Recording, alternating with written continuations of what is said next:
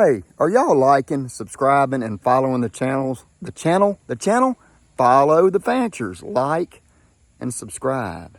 All right, guys, so what's going on? Look at there. I don't know if there's a bigger debate in archery than what broadhead should I use. So I'm out here a little bit today, this afternoon. We went to church and stuff this morning, and I needed to shoot some broadheads. I've shot my broadheads a little bit. And when I finished the year last year, I'm not sure they could have been shooting any better.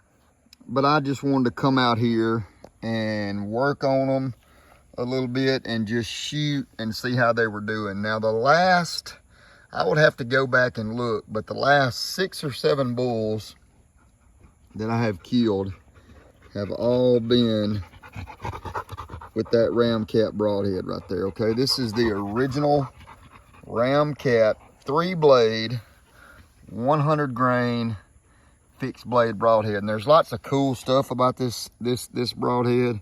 If y'all look right here, the one thing you should be able to tell, let me see if I can get it to focus. That broadhead is sharp on both sides, okay? It's sharp here, it's sharp on this edge, and it's also sharp on this edge, okay? Flies like a dart. But you know, talking about all the different types of broadheads, I think back to 1996 with my first bull. I just had your old standard 3-blade Trocar Muzzy. Y'all remember the Muzzy, kind of their slogan was bad through the bone. You know, not bad to the bone, but bad through the bone.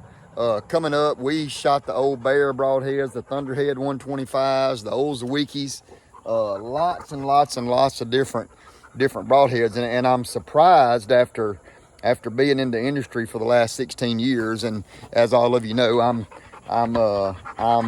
not in it now, but just how broadheads have changed with the onset of the expandable broadhead. The first time I saw an expandable broadhead, I was with Preston Pittman, and we were over in Bruton, Alabama. And this has probably been 20 years ago now. And I don't even know, but there was a young kid there shooting a 3-blade expandable broadhead made by NAP. Probably was the first expandable broadhead I saw, maybe 25 years ago.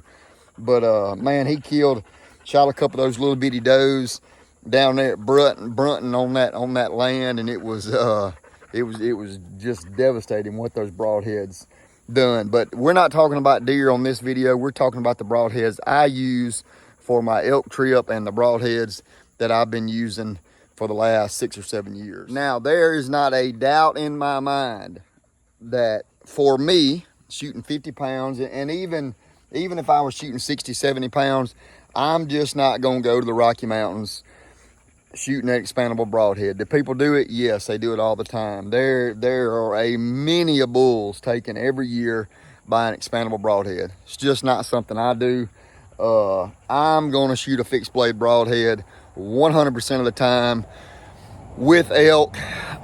You still have to be picky about your shots. You know, I don't want to take a real hard quartering away shot. The last couple of bulls, if y'all go back and watch last year's video and year before last video, my bulls were, well, they were quartered away really hard.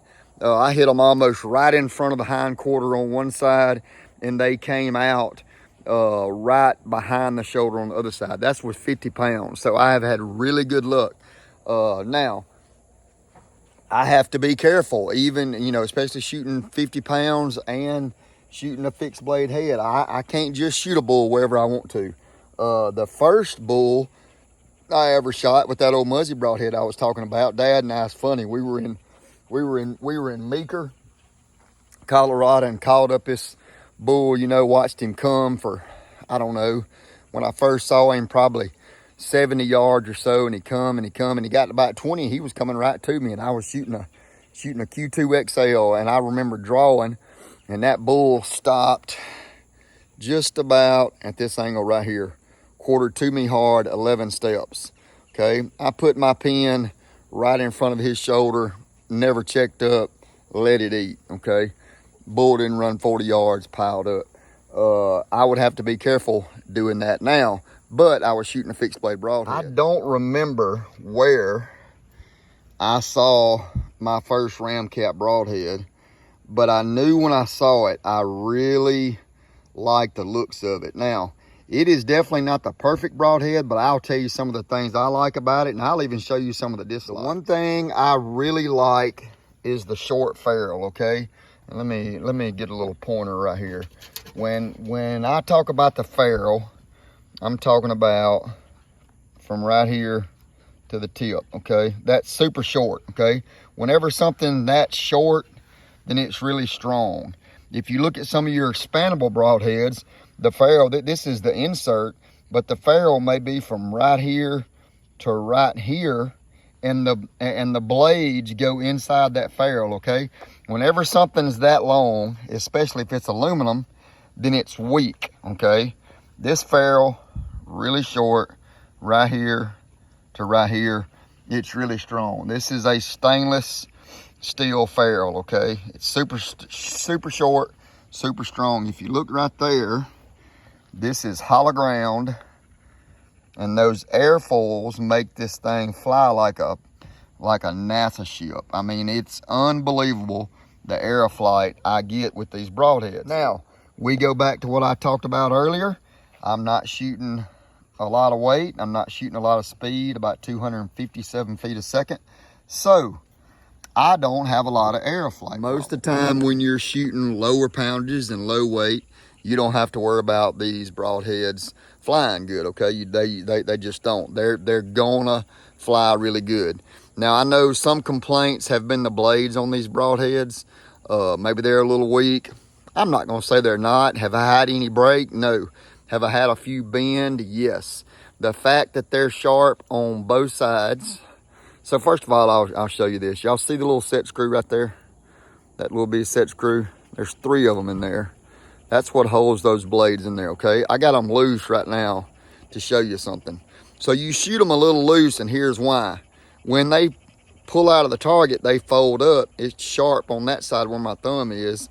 Cuts this way out of a target. You'll never shoot a broadhead that's any easier to pull out of a target than that Ramcat right there is.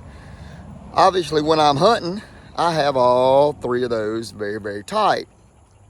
Now, the fact, this is actually the broadhead that I killed my bull with last year.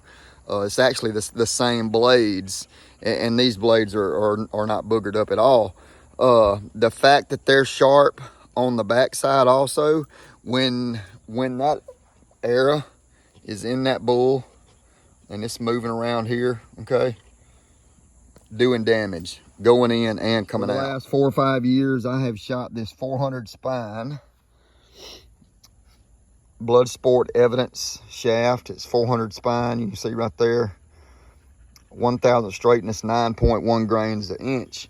Now I shoot, this is a 166 diameter shaft, or a G, takes a G knock, or 0.166 diameter. I shoot this titanium insert right here. I forget what that insert weighs, but my overall arrow weight is about 447 grains. So I'm not shooting a really, really heavy arrow, but definitely not shooting a light arrow. You know, I'm not like some of these guys that are shooting, you know, 500-600 grain shaft. That's just not something I prefer to do. I have done that, didn't like it at all. Okay, I'm gonna set y'all up right there. So you see the little set screws right here, okay? They are, most everything's lefty-loosey, righty-tighty, okay? These are different. These are lefty-tighty, righty-loosey, okay? So in a hunting situation, I make sure these are very tight, okay? Don't have any movement. Blades are tight, okay? You don't want those blades loose. Now, on a hunt like my elk trip, every couple days, I take them out of my quiver, I check them, make sure they're super duper tight. I want them tight, okay? Well, you say, Slade, what happens if they get loose, all right? So let me loosen this one right here, okay? Just for kicks, all right? Now I'm gonna tighten it up right here, just because I want to prove a point, okay? I have shot these broadheads 2 up, 1 back, 1 up, 2 back. I mean, I have shot it every way you can imagine. I can shoot this broadhead just like it is right here, okay? Just like this. And I promise you it flies like a dart. I ought to go get, I've been shooting. I ought to show you because you won't believe me. You won't believe how good they shoot. Now, also, this is something else. Let's say they all get loose, okay? Let's say every single one of them gets loose and they are all forward, okay? Let's say they all 3 get loose and they're all folded forward just like that. Centrifugal force, when that bow goes off and that air is 260 feet a second, bam, they're gonna go right back there, okay? I promise it don't matter how those blades are. This broadhead right here flies like a dart. So that is one, I mean, there's lots of pros. One of the cons with this broadhead, if you're not a real, you know, tiki type person, then these broadheads, the blades, not the broadhead, can get loose. The pro, super short ferrule, super strong. Another pro, sharp on this side, sharp on this side. Another pro is they fly like a dart. And I have sold hundreds of packs of these broadheads to customers over the years. And I'm telling you, they shoot good. Another thing, what I'm doing right there, I don't know that I can reach up here. When you spin these broadheads, like once I can't get my hands up there high enough, but when I spin check these broadheads on my spinner, I fly like a bullet, okay? Third thing is, right now, the blades, as you see, I'm shooting a 4 fletch. This is my 2nd year. I just wanted to do something different. I don't know if 4 fletch is any better than 3 fletch or vice versa. I just want to do something different. They flew great. Used to, when I shot 3 fletch, I made sure these broadheads matched up to my veins. In other words, everywhere there was a blade, there was a vein back here, okay? It's different now because I got a 4 fletch. It really didn't matter for me, again, if I was shooting 300 plus feet a second, it might, but they shot really good. Now let me show you one more con. All right, probably my least favorite thing about these broadheads is in a quiver, okay? This is the Matthews 6 Air, like y'all saw, 2-piece quiver, but they're still, you see the blades are pretty wide, they're pretty big, and if you look, they don't go all the way up in the hood of that quiver, okay? So that means where that little corner is, let's see if I can turn you around. Right there where those corners are, if you're not careful, you can, right there, cut yourself, okay, and then those blades overlap. I am really careful how I put those broadheads in my quiver. So they are not, now I think they make a quiver. Matter of fact, I know they make a quiver. Ramcat makes a quiver for these broadheads. I personally don't like the quiver. There's not a better quiver on the market than that right there. I mean, look how close it is. Look at that. Fits perfect to the bow. So I know that they're aggravating. I've been fooling with them, like I said, for 6 or 7 years. I can get 5 broadheads in this quiver, which is plenty on the type hunt that I go on. I do put 6 arrows in here, but I always, for my 6th arrow, I have my judo arrow.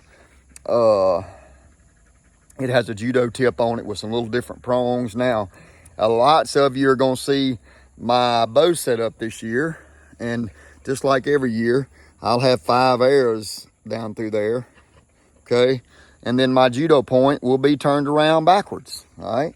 I always have done that because I don't want to, in the heat of a moment, I don't want to reach and grab the wrong arrow. And when I say backwards, then my fletching will be stuck up here, my nock will be stuck up in that hood, and my little judo will be down here. It's easy. I never have had an issue.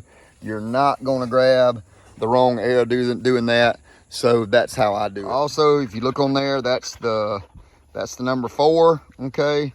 I spin all of my broadheads on all of my shafts, and I mark my broadheads with my arrow. So the number 4 broadhead goes on the number 4 arrow. I definitely have some broadheads that spin better than others. You know, you think, well, how big a deal is that? I mean, it's probably not a big deal, but I do have some that just naturally spin better than others.